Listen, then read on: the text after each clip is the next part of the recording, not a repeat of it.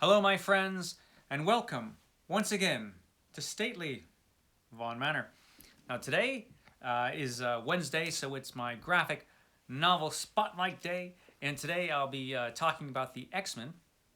If you've been following my channel, you might have heard that I'm going to be doing, or I'm going to be reading every single issue of the X-Men. Every single issue of the X-Men.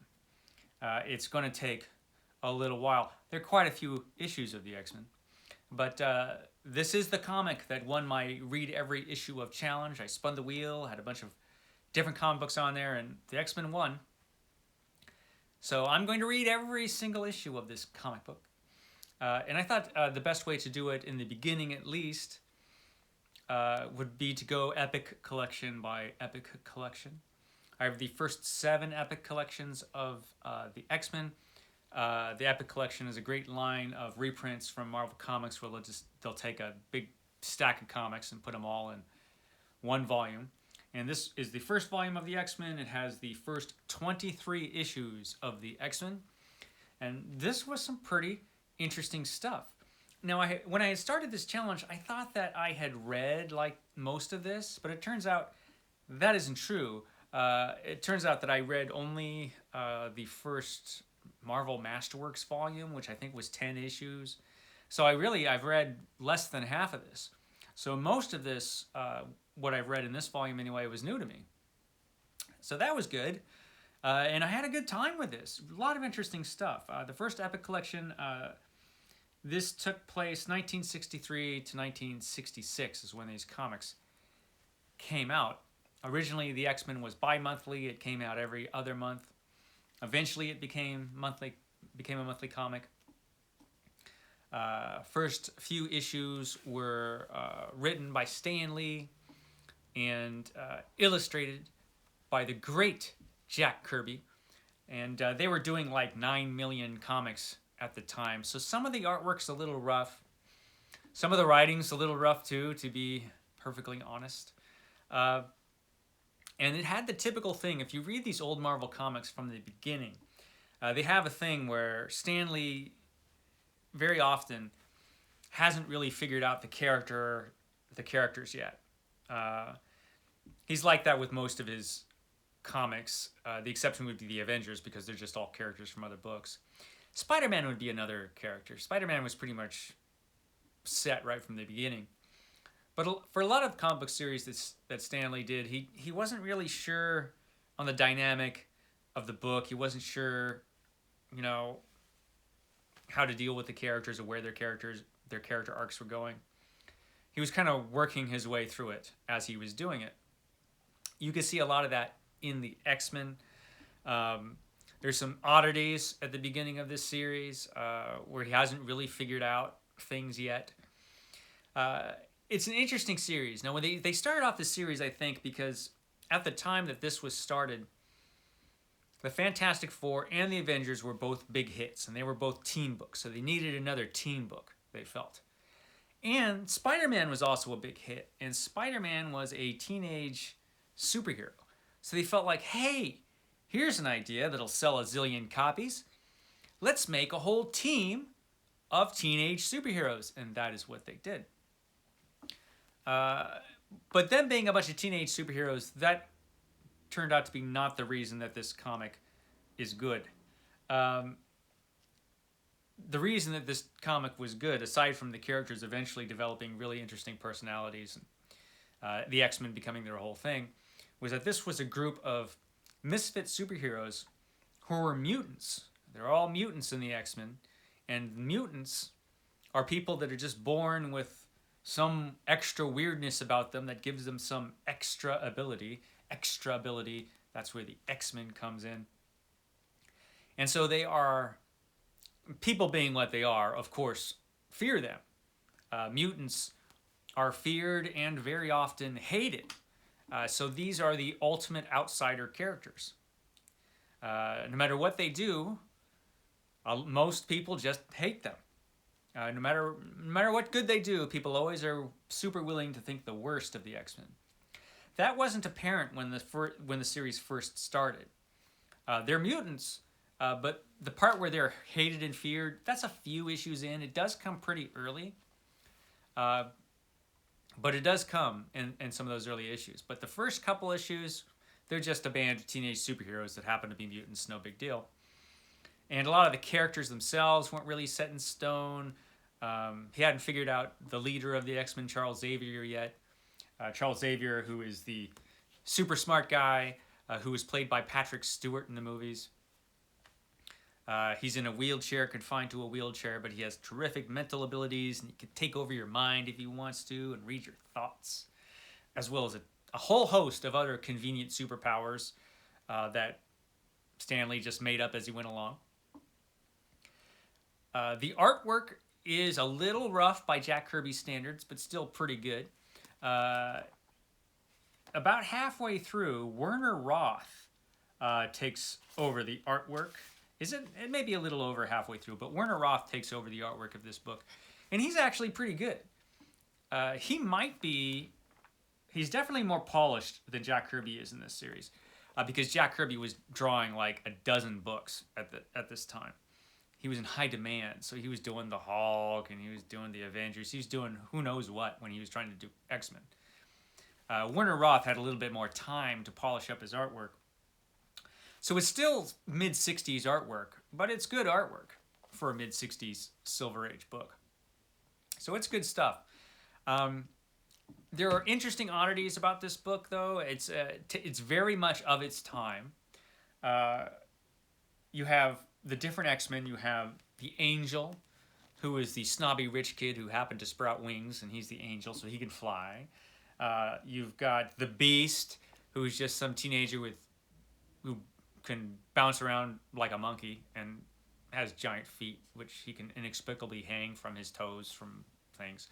He has great agility and strength, so the Beast is like a super smart guy. And you've got the Iceman, who's, the opposite of the Human Torch. He can make things out of ice, and he's a walking ice person when he wants to be. You've got the moody Cyclops. He's moody and aloof, and feels very sorry for himself because his power are beams that come out of his eyes, which make him a danger to everyone. So he's really bummed about that. And so he's moody, very moody, and he stayed moody pretty much forever. So that he was like that right from the start. Although in the very first issue, he was Slim Summers, and later on he became Scott Summers. Just changed the name on him. And then we have Marvel Girl over there in the corner. Now, Marvel Girl is probably the most powerful X-Men. She's got telekinesis, so she's like Stephen King's Carrie. Only she doesn't kill a bunch of people with it. But she has that power. She can move things with her mind, including herself. She could fly, At some point, she figured out she could do that. It's a good trick. And these first issues were a lot of fun. An awful lot of stuff was introduced that became very important later on in the X-Men. Magneto is in here. Magneto is not the polished villain he became later. He's basically a Doctor Doom knockoff, but he has magnetic powers. But he's got the helmet and the cape, and he's just a megalomaniac who just wants to take over the world because he thinks he's so superior. Eventually, from what I remember, Magneto becomes a little more interesting. But at this point, in the early 60s, he was just if he had a mustache, he'd be twirling it, because that's the kind of villain that he was. We've got the Sentinels in there that were built to kill all the mutants, and they like to make a reappearance all the time. So we'll see more of the Sentinels in the future.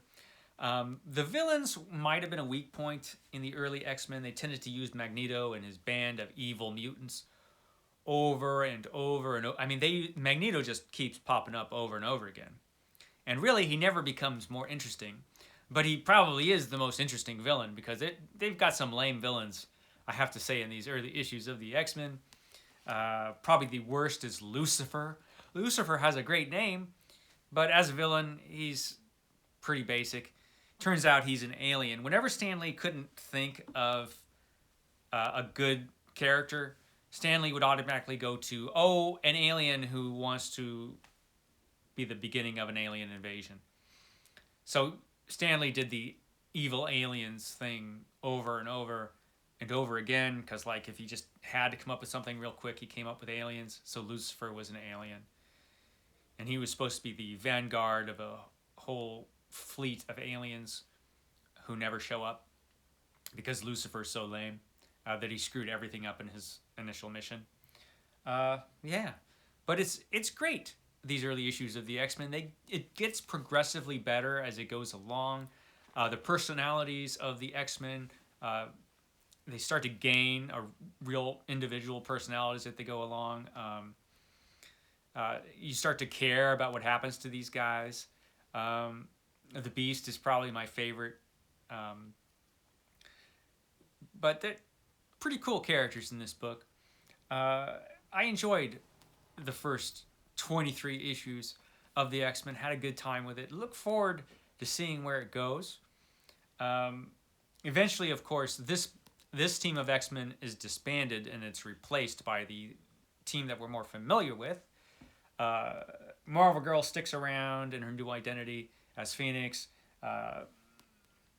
Cyclops sticks around. The Beast ends up working for the Avengers. And we get Wolverine in that group. Eventually, we're going to get there. But that's like many, many issues in the future. So we're going to be stuck, or I'm going to be stuck, with this group for quite a while. But that's fine. I like them all. So it's been fun. I've had a good time with this 1960s, and it's very 1960s version of the X-Men. You get the typical 1960s things, a little bit of... let's just say that poor Marvel Girl, she could have been used better. Stan Lee never quite figured out how to use female characters to their ultimate potential. I get the feeling that he was, just from the way he was raised, Stan Lee was a bit sexist. You will have, like, whenever there's, like, a dinner, you'll see Marvel Girl come out serving the men, And it's like, what? She could kick all their asses. But that's, it's the 60s, so you get some of that. At least there was a female character on the X-Men. At least there was that. And at least she was a powerful one. Maybe a bit too powerful, as we'll see in some future issues. So yeah, some good stuff here in the first 23 issues of the X-Men. By the end of this epic collection, they're a pretty solid team. You pretty much know who everybody is. Stan Lee has left the book, and Roy Thomas, the great master of purple prose, has shown up and taken over the book, and he's pretty great.